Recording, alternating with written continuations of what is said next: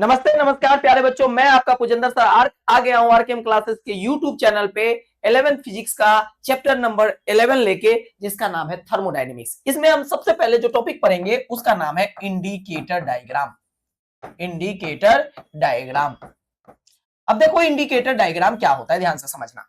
Indicator diagram वह diagram जो किसी भी दो थर्मोडायनेमिक वेरिएबल के बीच में रिलेशन बताए, उसको हम बोलते हैं इंडिकेटर डायग्राम।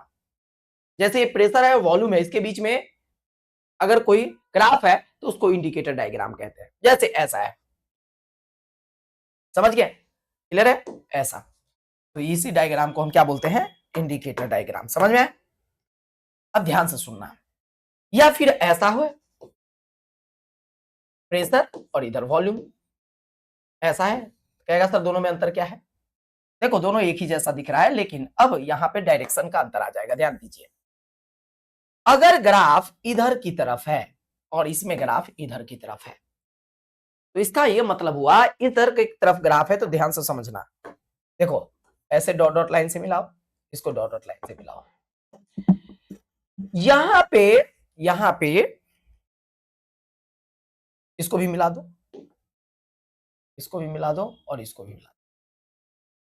बताइए यहां पे इसका वॉल्यूम क्या है? V1, और यहां पे इसका वॉल्यूम क्या है? V2। यानी ग्राफ एरो मतलब इधर से इधर आ रहा है। यहां पे पहले था, बाद में यहां है।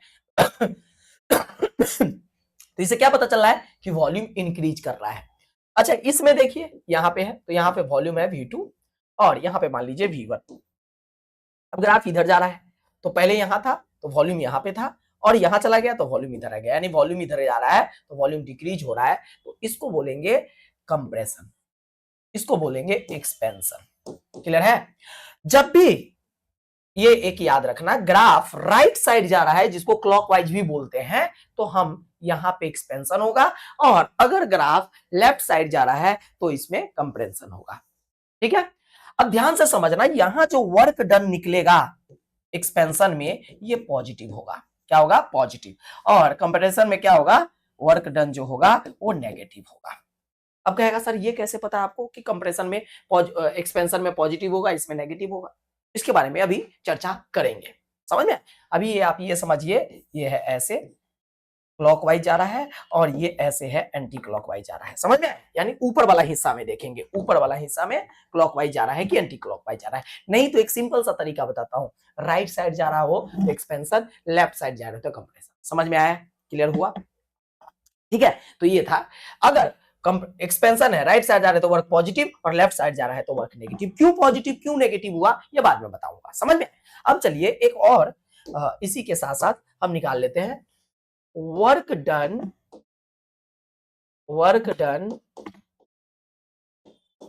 By gas during expansion. समझ में? एक्सपेंशन के दौरान वर्क डन कितना होगा? समझ में? देखिए, तो देखिए यहां क्या होगा, ध्यान से समझना कि भाई ऐसा है, एक सिलेंडर है, समझिए, और सिलेंडर में एक मूवेबल पिस्टन लगा हुआ है ऐसे। अब इसमें गैस भरा हुआ है और ये गैस एक्सपेंड कर रहा है, यानी इस पे इधर की तरफ फोर्स लगा रहा है। फोर्स लगाया जिसकी वजह से ये यहां से यहां चला गया, dx ऊपर चला गया। कितना लेंथ चला गया? ऊपर, dx।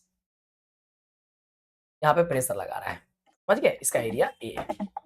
तो आपको पता है कि work done is equal to क्या होता है? वर्क डन होता है फोर्स इंटू डिस्प्लेसमेंट। समझ गए? अब यहाँ छोटा सा वर्क निकालना है तो dw फोर्स F और डिस्प्लेसमेंट dx। तो dw फोर्स को क्या लिख सकते हैं? Pressure into area into dx। तो dw इज इक्वल टू क्या होगा? Pressure into area into dx। क्या हो जाएगा? देखिए, एरिया इंटू डिस्प्लेसमेंट होता है dv, पता है ना? वॉल्यूम जो होता है वो होता है एरिया इंटू हाइट या एरिया इंटू डिस्प्लेसमेंट। समझ में? अब इसे वर्क निकालना है तो आपको पता है इंटीग्रेशन करना पड़ेगा, P इंटू dv, V1 से V2। अब ध्यान से समझना बेटा, क्लियर है? ये एक ग्राफ आपका बन गया, ध्यान से सुनना। अब ध्यान दो, यही वर्क निकालना है P इंटू dv, V1 से V2। देखो वर्क जब निकालना है तो वर्क मतलब integration, integration of P D V V1 से V2। इंटीग्रेशन का मतलब होता है एरिया, इंटीग्रेशन का मतलब क्या होता है, एरिया। अब देखो ध्यान से समझो, एक एग्जांपल से समझाता हूं। Integration of 2x into D x, कहां से कहां, 1 से 5 कह रहा हूं, नहीं 2x इंटू डी एक्स कर, पहले इतना समझ। इसका इंटीग्रेशन 2 बाहर होगा, x की पावर 1 है तो x की पावर 2/2 हो जाएगा। ये 2 से 2 कट गया, क्या हुआ एक्स स्क्वायर। कहां से कहां, देखो अगर मैं 1 से 5 ले रहा हूं, सुनते रहना, तो क्या आएंगे 1 से 5, 5 का स्क्वायर माइनस 1 का स्क्वायर, 25 में से गया 24। समझ में आया? देखो इंटीग्रेशन में लिमिट पहले नीचे से बड़े ले जा रहे हैं, छोटे से यानी कम से बड़ा ले जा रहा है। एक्सपेंशन में यही होता है कि वॉल्यूम बढ़ता है, V1 से V2 लेगा ना तो एक्सपेंशन में वॉल्यूम बढ़ता है, तो V1 से V2 वॉल्यूम बढ़ेगा तो वर्क क्या आएगा, पॉजिटिव। अब पता चला कि एक्सपेंशन में हमने वर्क पॉजिटिव क्यों लिया था, वॉल्यूम बढ़ रहा है। लेकिन कंप्रेशन में देखो ध्यान से समझना, इसी में लिमिट अगर उल्टा कर दे, 5 से 1 कर दे, यानी वॉल्यूम कम हो रहा है। वॉल्यूम कम कब होता है, जब कंप्रेस हो। तो इसको क्या होगा, क्या होगा लिमिट 5 to 1। अब इसी को लिखेंगे क्या, 25 सॉरी 1 माइनस 25 कितना आ गया, -24। अब पता चला कि ये, ध्यान से समझिए पीछे वाले पेज पे, अगर वॉल्यूम बढ़ता है, वॉल्यूम बढ़ता है तो वर्क डन पॉजिटिव आएगा, और वॉल्यूम घटता है, अब यानी ये समझना, अभी अभी जो डेरिवेशन किया उसमें क्या आया, P into D V V1 से V2। ध्यान से समझना, वर्क का ये फॉर्मूला, एक बार पूरा सारा समझिए। इंडिकेटर डायग्राम वो डायग्राम होता है जिसमें किसी दो थर्मोडायनेमिक वेरिएबल के बीच में रिलेशन बताया जाता है। प्रेशर और वॉल्यूम है, अगर ग्राफ राइट साइड जा रहा है, एक्सपेंड कर रहा है, यहाँ वर्क जो आएगा वो आएगा पॉजिटिव। अगर ग्राफ लेफ्ट साइड जा रहा है, कंप्रेस कर रहा है, यहाँ वर्क डन आएगा नेगेटिव। क्यों, एक्सपेंशन में वॉल्यूम बढ़ता है, तो वॉल्यूम बढ़ता है तो लिमिट छोटे से बढ़ जाएगा तो वर्क पॉजिटिव आएगा। कंप्रेशन में वॉल्यूम घटता है, यानी लिमिट, लिमिट क्या होगा, ज्यादा से कम की तरफ आता है, ज्यादा से कम की तरफ आता है तो वॉल्यूम कंप्रेस होगा तो वर्क नेगेटिव आएगा। और इंटीग्रेशन का मतलब एरिया, अब इसका मतलब ये हुआ कि जो भी ग्राफ दिया हो ना उसका एरिया निकाल लो। जैसे, अच्छा इसमें एक बात और बताता हूँ, इसमें ना पॉइंट जो होता है कोऑर्डिनेट वो उल्टा लिखा होता है। यहाँ ऐसे होगा P1 V1, पहले y कोऑर्डिनेट लिखा जाता है फिर x, यहाँ होगा P2 V2, ऐसा होता है। समझ में? अब देखो जैसे एक न्यूमेरिकल की बात कर रहा हूं, जैसे ध्यान से समझना, ये प्रेशर है जो कि न्यूटन पर मीटर स्क्वायर में है, और ये वॉल्यूम है जो कि लीटर यानी मीटर क्यूब में है। समझ में? इसमें भी गेम खेलता है तो आपको चेंज करना पड़ेगा। समझ में? ये ऐसा ग्राफ है, यहां से है, ठीक है। ये कोऑर्डिनेट दिया है 4, ये कोऑर्डिनेट है 10, ये कोऑर्डिनेट है 6, और ये कोऑर्डिनेट है 16। समझ में? अब कहेगा कि वर्क निकालो। भाई अभी अभी बताया वर्क के क्या फॉर्मूला होता है, ध्यान से समझिए। Work is equal to integration of P D V V1 से V2, और work is equal to area, किसका एरिया, पीडीवी का एरिया, ये है तो एरिया निकालो इस फॉर्मेट में ऐसे, और एरिया ग्राफ दिया है तो एरिया निकालो। और इसमें याद रखिए ग्राफ जब एक्सपेंड करे यानी राइट साइड जाए तो एरिया पॉजिटिव, लेफ्ट साइड आए तो नेगेटिव। अब देखो ध्यान से समझना, एरिया इसका कैसे निकालेंगे, ये ट्रेपीजियम बनना है। ट्रेपीजियम का एरिया क्या होता है, 1/2, एक मिनट रुक जाइए, इसका बोर्ड ही फंस गया।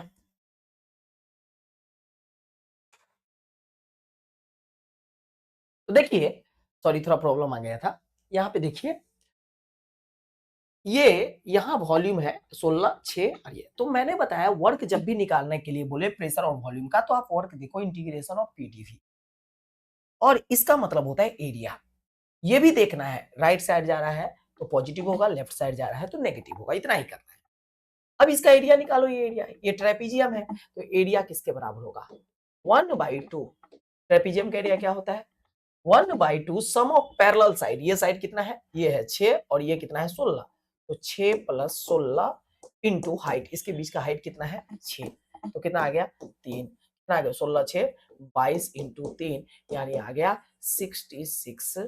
ठीक है, और जो भी जूल है तो जूल नहीं, वर्क है जूल। समझ में आया?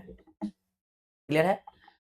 तो अब देखिए ध्यान से समझना एरिया देखेंगे पॉजिटिव है कि नेगेटिव, तो भाई इधर जा रहा है तो पॉजिटिव, समझ में आया? अब कभी कभी ना साइक्लिक प्रोसेस होता है, ऐसे प्रोसेस होगा, ध्यान से सुनिए, ऐसा है साइक्लिक प्रोसेस। अब देखो ऐसे है तो इसके कारण वर्क जीरो होगा, इसके कारण भी वर्क जीरो होगा, ठीक है? क्यों? क्योंकि लिमिट चेंज ही नहीं करेगा, V1 से V2 लेंगे तो ये वॉल्यूम चेंज ही नहीं हो रहा है, समझ में? ये 8 है, ये 4 है, ये 2 है और ये 6 है। अब सुनो, देखो इसमें 4 पार्ट है, इसके यहां से तो यहां से वर्क निकालेगा तो ये पूरा पॉजिटिव, इसके कारण लेफ्ट साइड जा रहा है तो नेगेटिव। तो जब साइक्लिक प्रोसेस हो ना, नहीं तो इतना नहीं समझ में आया तो सीधा याद रखिए, जब साइक्लिक प्रोसेस हो तो वर्क जो होता है वो होता है एरिया ऑफ साइकिल। किसका होता है? Area of cycle. और ऊपर वाला हिस्सा देखना है, ऊपर वाला, ऊपर राइट साइड जा रहा है तो एरिया जो आएगा वो पॉजिटिव आएगा, वर्क पॉजिटिव आएगा। समझिए इसका एरिया क्या होगा, देखो ये लेंथ कितना है 4, तो 4 और ब्रेथ भी कितना है 4, तो ये ना 16। क्लियर है? तो यही था तुम्हारा इंडिकेटर डायग्राम। क्लियर है? अब अगला टॉपिक जो है, अगला टॉपिक इसके बाद जो है वो है हमारा molar specific heat at constant pressure. समझ में आया? उसको हम बोलते हैं CP and molar specific heat at constant volume CV में रिलेशन, या ऐसे भी कह सकता है कि prove that CP minus CV is equal to R, ये प्रूफ करने के लिए इसमें रिलेशन। समझ में? अच्छा देखो क्या है question, relation between molar specific heat at constant pressure and relation between molar specific heat at constant volume, इस दोनों में रिलेशन निकालना है। अब ध्यान से समझना, देखो हमें क्या करना है, according to first law, according to first law, जानता है फर्स्ट लॉ क्या कहता है कि जो भी हीट देते हैं वो दो भागों में बढ़ता है, किस किस में? डेल्टा यू प्लस वर्क में, वर्क को पी डेल्टा वी भी लिखते हैं, समझ में? अब क्या करो, divide both side, divide both side by delta t by delta t at constant volume। समझो, तो delta U by delta Q by delta T at constant volume, delta U by delta T at constant volume, और delta ऐसे करेंगे P delta V by delta T at constant volume. अब सुनो ध्यान से, ये delta Q by delta T constant, delta Q by ये होता है C और वॉल्यूम कांस्टेंट होता है CV, यही होता है, is equal to D U by D T, volume का कुछ होता है नहीं तो सीधा इसको ऐसे लिख सकते हैं D U by D T. अब यहाँ देखो वॉल्यूम कांस्टेंट है, वॉल्यूम कांस्टेंट का मतलब होता है अगर V1 5 है तो V2 भी 5 होगा, तो डेल्टा V क्या होता है V2 माइनस V1 यानी 5 माइनस 5 यानी 0 हो गया, तो डेल्टा V कितना आ गया 0। तो आप यहाँ पे प्लस P को बाहर ले लिया, P को क्या ले लिया बाहर, और यहाँ पे सॉरी पी क्यों बाहर लिया, delta V by delta T कितना आ गया 0, क्योंकि वॉल्यूम कांस्टेंट है, तो ये हो गया सीधा सीधा इतना, ये तो 0 हो गया प्लस 0, तो सी भी किसके बराबर आया, delta U by delta T के बराबर, इसको इक्वेशन ले लिया फर्स्ट। समझ में? अब CP again first law of thermodynamics, first या according to first law of thermodynamics, law of thermodynamics क्या होता है कि डेल्टा क्यू जो है वो कितने भागों में बटा, दो, delta U plus P delta we, समझ गया? दोनों तरफ डिवाइड कर दो डेल्टा टी से, डेल्टा टी से, डेल्टा टी से एट कांस्टेंट प्रेशर। अब इस बार प्रेशर कांस्टेंट किया है, प्रेशर प्रेशर कांस्टेंट, तो ये हो जाएगा सीपी, क्या हो जाएगा सीपी। अब इसमें भी प्रेशर का कोई रोल नहीं है तो ये हो जाएगा D U by D T, और इसमें प्रेशर कांस्टेंट है तो आपको पता है कांस्टेंट टी बाहर हो जाएगा, तो क्या बचा delta V by delta T at constant pressure, इसको इक्वेशन ले लिया दूसरा। समझ में? तो सीपी भी निकल गया, सीवी भी निकल गया, तो यहाँ पे एक लाइन और कर लीजिए, सीपी माइनस सीवी क्या होगा बताइए, सीपी क्या है, सीपी है delta U by delta T plus P delta V by delta T at constant temperature minus minus क्या, delta U by delta T, delta U by delta T. अब देखिए इससे ये कट जाएगा, तो C P minus C V is equal to क्या है, पी इंटू क्या, delta V by delta T, delta V by delta at constant temperature. समझ में? नहीं नहीं, कांस्टेंट टेम्परेचर नहीं, कांस्टेंट प्रेशर था ये, कांस्टेंट प्रेशर। समझ में? इसको इक्वेशन तीसरा लिख लीजिए। अगर ये किसी तरह निकल गया हमारा काम बन जाएगा। तो for 1 mole of ideal gas, for 1 mole of ideal gas, बताइए क्या होता है आइडियल गैस के लिए? पीवी इज इक्वल टू क्या होता है, आरटी, डिफरेंशिएट बोथ साइड, क्या होगा, प्रेशर को बाहर करो, pressure ideal gas at constant pressure, eight constant pressure. समझ गया, प्रेशर कांस्टेंट है, तो यहां भी इस पे डिफरेंशिएट कर रहे हैं एट कांस्टेंट। नहीं ऐसे नहीं लिखो, 1 मोल ऑफ आइडियल गैस ऐसे लिखो, differentiate both side, both side eight constant pressure. Pressure पे हम क्या कर रहे हैं, डिफरेंशिएट कर रहे हैं। समझ गया? अब देखो, पी को बाहर करो, पी को बाहर कर दिया, ठीक है, नहीं तो ऐसे लगा दो, delta PV is equal to delta R T. समझ में? दोनों तरफ डेल्टा टी से डिवाइड कर दो। समझ में? इस पे ये करना है कांस्टेंट प्रेशर पे, तो कांस्टेंट प्रेशर, यहाँ कांस्टेंट प्रेशर। अब देखो कांस्टेंट प्रेशर है तो प्रेशर बाहर हो जाएगा, तो अंदर क्या बचा, delta V by delta T at constant pressure. समझ में? इज इक्वल टू, अब इसमें प्रेशर का कोई रोल नहीं है, तो आर कांस्टेंट है तो बाहर आ जाएगा, तो अंदर क्या बचा, delta T by delta T, delta T cut के आर हो गया, तो बचा कितना, P delta V by delta T at constant pressure is equal to R. इसको इक्वेशन फोर्थ मानो, पुट 4 इन थर्ड, तीसरा का वैल्यू थर्ड में रखो, क्या हो जाएगा, C P minus C V is equal to, इसके जगह थर्ड रखोगे, P into delta V by delta T at constant pressure is equal to R. याद रखना, पहले पी आता है, पी फॉर उजेंद्र सर। समझ में आया? याद रखिएगा। क्लियर है? तो ये भी डेरिवेशन हमने एक कर लिया, ठीक है। अब हम इसका दूसरा पार्ट एक करेंगे, work done during isothermal expansion, work done during isothermal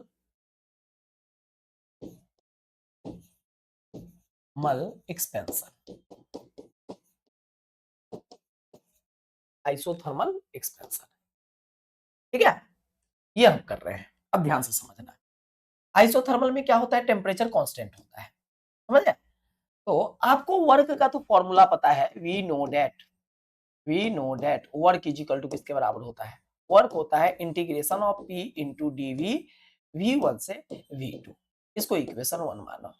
और आइडियल गैस के लिए क्या होता है, PV इज इक्वल टू होता है nRT, तो P इज इक्वल टू क्या आ जाएगा, nRT बाई V। समझ में? तो इसको इक्वेशन ले लो दूसरा, पुट टू इन 1। समझ में? तो वर्क इज इक्वल टू क्या आ जाएगा, वर्क आ जाएगा पी के जगह लिखोगे nRT बाई V, समझ में, इंटू डीवी, कहां से कहां, V1 से V2, तो वर्क इज इक्वल टू क्या आ जाएगा, nRT, अब ये 1/v हो गया, क्या हो गया, 1/v, ऐसे बन गया nRT 1/v dv, कहां से कहां, V1 से V2। समझ में? तो वर्क इज इक्वल टू आ गया nRT, अब 1/v का क्या होता है, log v, क्या होता है, log v, याद रखना 1/x का log x होता है, उसी तरह 1/v का डिफरेंशिएशन क्या होगा, 1/v का इंटीग्रेशन log v, तो log v रख दिया, कहां से कहां, V1 से V2, तो वर्क इज इक्वल टू आया nRT log, कहां से कहां, अब ऐसे रख देंगे, इसमें वैल्यू पुट करेंगे तो ऐसे हो जाएगा, nRT log V2 minus log V1। समझ गया? log का एक प्रॉपर्टी हो, माइनस में होता है तो डिवाइड चला जाता है, ऐसे लिख सकते हैं nRT log V2 by V1। समझ में? एक ये हो गया, या इसको ऐसे भी लिख सकते हैं, 2 2.303 nRT log, अब log हो जाएगा V2 बाई, समझ में? For isothermal process, for isothermal process, समझ में? आइसोथर्मल प्रोसेस के लिए क्या होता है, PV is equal to N R T, देखो एन कांस्टेंट है, आर कांस्टेंट है, टेम्परेचर कांस्टेंट है, हम इसको ऐसे लिख सकते हैं क्या बेटा, आइसोथर्मल प्रोसेस के लिए, आइसोथर्मल प्रोसेस के लिए होगा एन आर टी, तो ये इसको हम कांस्टेंट लिख सकते हैं, तो PV is equal to constant आ गया तो हम इसको ऐसे भी लिख सकते हैं P1 V1 is equal to P2 V2। अब एक चीज देखो, यहां से आप V2 इसको ऐसे लाओ, P1 by P2 is equal to V2 by V1, यानी V2 बाई V1 की जगह P1 बाई P2, तो वर्क इज इक्वल टू आ गया NRT, sorry 2.303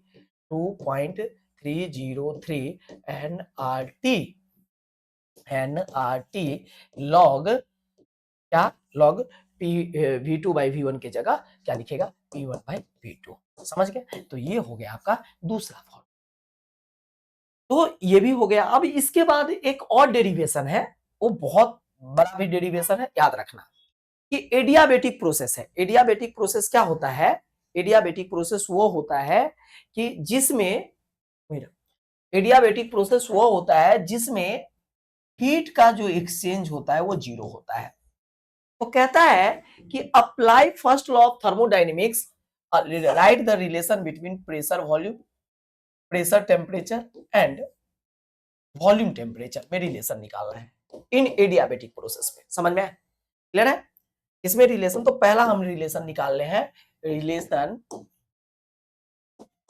between pressure and volume, pressure और वॉल्यूम में रिलेशन निकाल रहे हैं, समझ गए? तो देखो फर्स्ट लॉ ऑफ थर्मोडायनेमिक्स के, तो according to first law of thermodynamics, ठीक है, फर्स्ट लॉ से सीधा लिखना, क्या जानते हो कि जो भी हीट देते हैं वो कितने भागों में बढ़ता है, दो भागों में, du plus pdv, work, work को pdv भी लिखते हैं, समझ गए?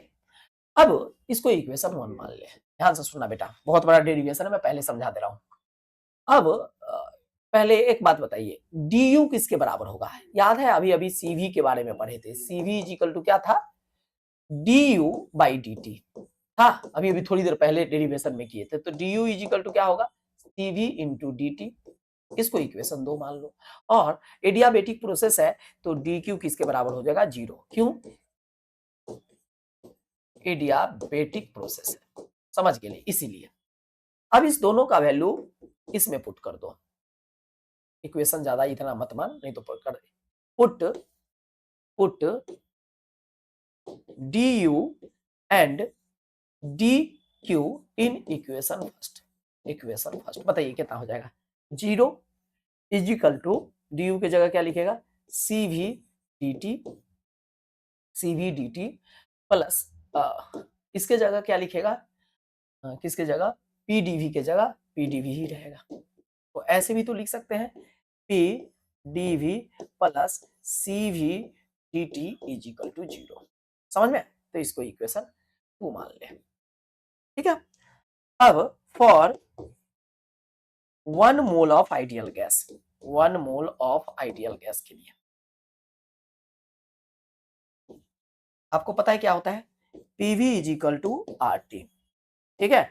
Differentiate both side, differentiate both side, थोड़ा सा इसको मैं छोटा कर रहा हूं, बहुत बड़ा डेरिवेशन है, मैं पहले बता दिया।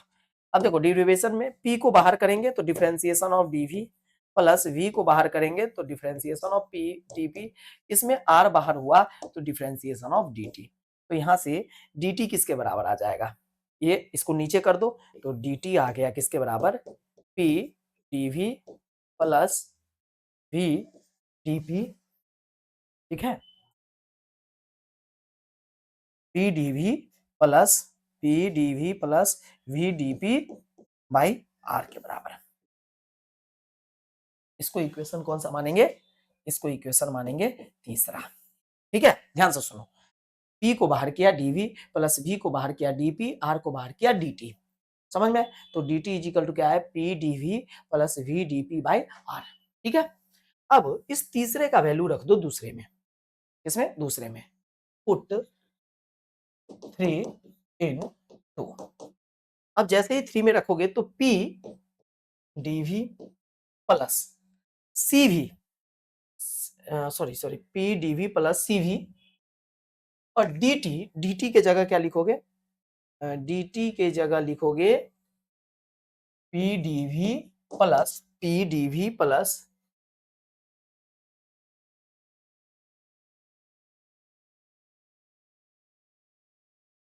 ऐसे लिखो CV और dt के जगह ये लिख दो P dV प्लस VDP, ठीक है, बाई R प्लस ये क्या बचा, PDV इज इक्वल टू 0। नहीं समझ में बेटा, देखो ये मैंने इसको पहले लिख दिया, CV dt के जगह ये वैल्यू पर कर दिया और PDV बाद में लिख दिया इज इक्वल टू 0। अब इस CV को अंदर मल्टीप्लाई कर, CV PDV plus CV VDP by R is equal plus PDV is equal to 0, PDV is equal to 0। अब एलसीएम ले ले तो क्या हो जाएगा, CV PDV plus CV VDR, समझ में नहीं, DP है, देखो यहाँ गलती करी, यहाँ पे गलती बहुत होता है, CV PDV CV VDP, ठीक है। अब यहाँ पे एलसीएम लिए R और इससे मल्टीप्लाई करेंगे CV PDV plus CV VDP plus ये प्लस है R P DV by R is equal to 0। बेटा ध्यान से समझना, कहीं कैलकुलेशन गलत हुआ तो बहुत गंदे फंसेंगे। देखो यहां तक ठीक था, CV अंदर मल्टीप्लाई किए PDV plus CV VDP plus PDV is equal to 0, आर लिए CV PDV CV VDP plus RPDV is equal to 0। अब इसको क्रॉस मल्टीप्लाई करो तो इधर ले जाओ, ये तो 0 हो जाएगा, तो यहाँ क्या बचा, इधर बचा CV, क्या बचा CV, तो CV लिख, CV PDV, समझ गया, और इसको पहले लिख रहा हूं RPDV plus CV VDP is equal to 0। नहीं समझे, CV PDV plus RPDV plus CV VDP is equal to 0।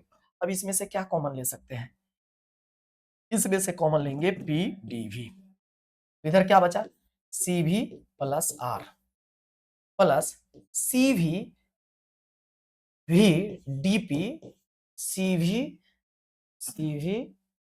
VDP is equal to 0। समझ गया। अब देखिए आपको एक रिलेशन पढ़ाया था CP minus CV is equal to R, तो बताइए CP इज इक्वल टू क्या होगा, R प्लस CV, तो R प्लस CV के जगह हम CP लिख सकते हैं, तो P DV का इंटू CP, नहीं तो ऐसे लिख दे, अरे और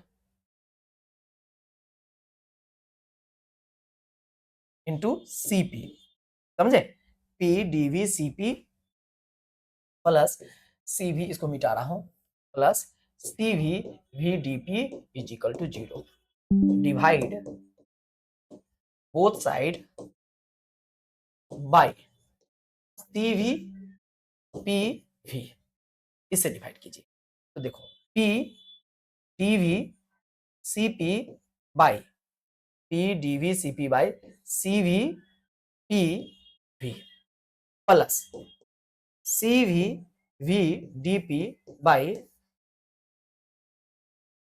क्या हो जाएगा, CV PV is equal to 0।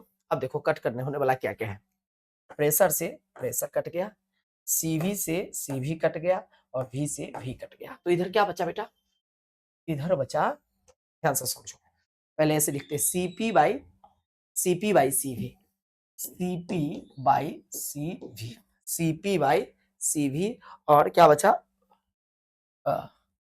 1 by V DV, समझ गए, प्लस इसका क्या हो जाएगा 1 by P dp is equal to 0। आपको पता है cp बाई cv गामा होता है, याद रखिएगा। Gamma 1 by v dv plus 1 by p dp is equal to 0। Integrate both side, integrate both side क्या हो जाएगा, integration of gamma 1 by v dv plus integration of 1 by p dp is equal to integration constant हो जाएगा।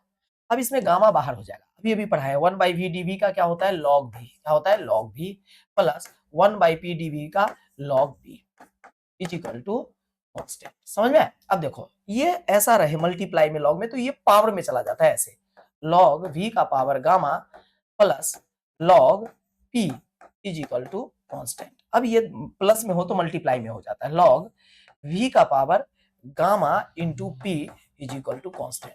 तो v का power gamma into P, और log इधर से इधर जाता है तो एक्सपोनेंशियल के पावर कांस्टेंट, ये भी कांस्टेंट है, यानी p v का power gamma is equal to constant. यही रिलेशन आ गया।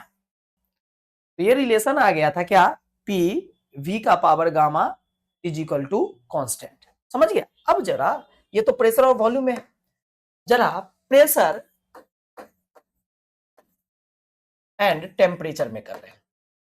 देखो पहला तो पी वी का power gamma is equal to constant है, इसको इक्वेशन 1 मान, और 1 मोल ऑफ आइडियल गैस, देखो क्या होता है, पी वी का power gamma sorry P V is equal to R T, तो यहां से आर वी किसके बराबर आएगा, आर टी बाई पी, इसका वैल्यू पुट के उसमें रख दो, पुट 2 इन 1 क्या हो जाएगा, पी वी का पावर गामा यानी आर टी बाई पी का power gamma is equal to constant. ठीक है, तो गामा लिख, पी आर का पावर गामा, पी का पावर गामा और पी का power gamma is equal to constant. समझ में?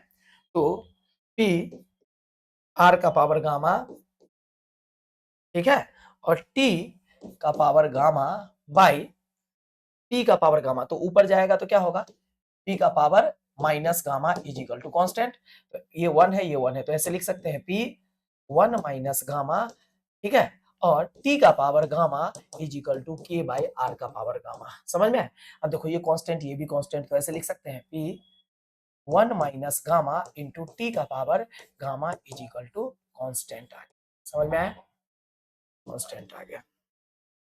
ठीक है, तो यही तुम्हारा था रिलेशन किसमें, टेम्परेचर। ठीक है, अब ध्यान से समझना इसी का दूसरा पार्ट। ठीक है, इसी को मिटा दो या दूसरा में ले लो, relation between volume and temperature. पहले प्रेशर एंड टेम्परेचर था, तो फिर से पी वी का power gamma is equal to constant, ये इक्वेशन 1 हुआ है, for 1 mole of ideal gas, 1 mole of ideal gas. ध्यान से समझो, P V is equal to क्या होता है, आर टी। तो अब इस बार क्या निकालो, पी निकालो, पी क्या हो जाएगा, आर टी बाई वी। समझ गया? इसको 2, तो पुट 2 इन 1, 2 का वैल्यू 1 में डाल दे, तो क्या हो जाएगा, पी के जगह R T by V into V का power gamma is equal to constant. अब देखो ध्यान से समझो, ये पावर 1 है, ऊपर में जाएगा, इस आर को नीचे भेज दो, तो टी का पावर 1 हुआ, और गामा का सॉरी वी का पावर ये गामा और ये, तो gamma 1 minus 1 is equal to constant by R. अब ये भी आया कॉन्स्टेंट, तो टी का पावर 1 वी का power gamma minus 1 is equal to constant. समझ में? ठीक है, तो अब एक लास्ट बच गया, work done during expansion, work done during expansion of adiabatic process. समझ में? अब देखो ध्यान से समझना, ये लास्ट टॉपिक है। अब ध्यान दीजिए, वर्क डन का अभी अभी हमने एक चीज पढ़ा, पी वी का power gamma is equal to constant. इसका ये भी मतलब होता है, P1 V1 का power gamma is equal to P2 V2 का power gamma is equal to constant, ये भी मतलब होता है। समझ गया? अब ध्यान से सुनना, लेकिन यहां से ये पता चल रहा है P इज इक्वल टू के बाय वी का पावर गामा, के बाय v का पावर गामा। अच्छा, प्रेशर को हम ऐसे भी लिख सकते हैं कि v का पावर माइनस गामा, इसको इक्वेशन 1 मान। वी नो डेट वर्क का फॉर्मूला तो आपको पता है क्या, pressure is equal to, work का फॉर्मूला होता है integration of P into D V, कहां से कहां, V1 से V2। तो work is equal to pressure, pressure की जगह क्या लिखेंगे कि V का power minus gamma into D V, कहां से कहां, V1 से V2। समझ में? तो अब ध्यान दो, वर्क इज इक्वल टू क्या आया, K को बाहर करेंगे, यहाँ है V का पावर माइनस गामा, तो इसका इंटीग्रेशन याद है, जितना पावर होता है उसमें एक ऐड कर देते हैं, तो V का पावर माइनस गामा में एक ऐड कर देंगे और यहाँ लिखेंगे माइनस गामा प्लस 1, कहां से कहां, V1 से V2। थोड़ा इसको मॉडिफाई कीजिए, तो वर्क इज इक्वल टू के, ऐसे भी लिख सकते हैं V का power 1 minus gamma by 1 minus gamma into V1 से V2। अब इसको बाहर निकाल दो, वर्क इज इक्वल टू के 1 माइनस गामा, समझ में, और ये है V का पावर, अब यहाँ वैल्यू पुट कर दे, V2 का power 1 minus gamma minus V1 का पावर 1 माइनस गामा। समझ में? अब एक काम कीजिए, K को अंदर ले जाइए, समझ में, K को अंदर ले जाइए, तो वर्क इज इक्वल टू क्या हो जाएगा, K अंदर गया तो 1 बाई 1 माइनस गामा, ठीक है, 1 माइनस 1, तो K V2 का power 1 minus gamma minus V1 का पावर 1, क्या सॉरी यहाँ भी क्या आएगा,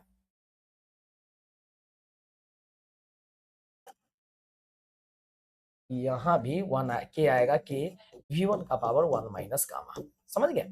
अब K का वैल्यू यहाँ देखो क्या है, P1 V1 का पावर, तो work is equal to 1 by 1 minus gamma, इसके जगह क्या लिख दिए, गलत तो नहीं कर दिया कहीं, K और 1 बाई V2, ठीक है, K इसके जगह क्या लिखेंगे, P2 V2 का पावर, V2 इंटू V2 का पावर 1 माइनस गामा।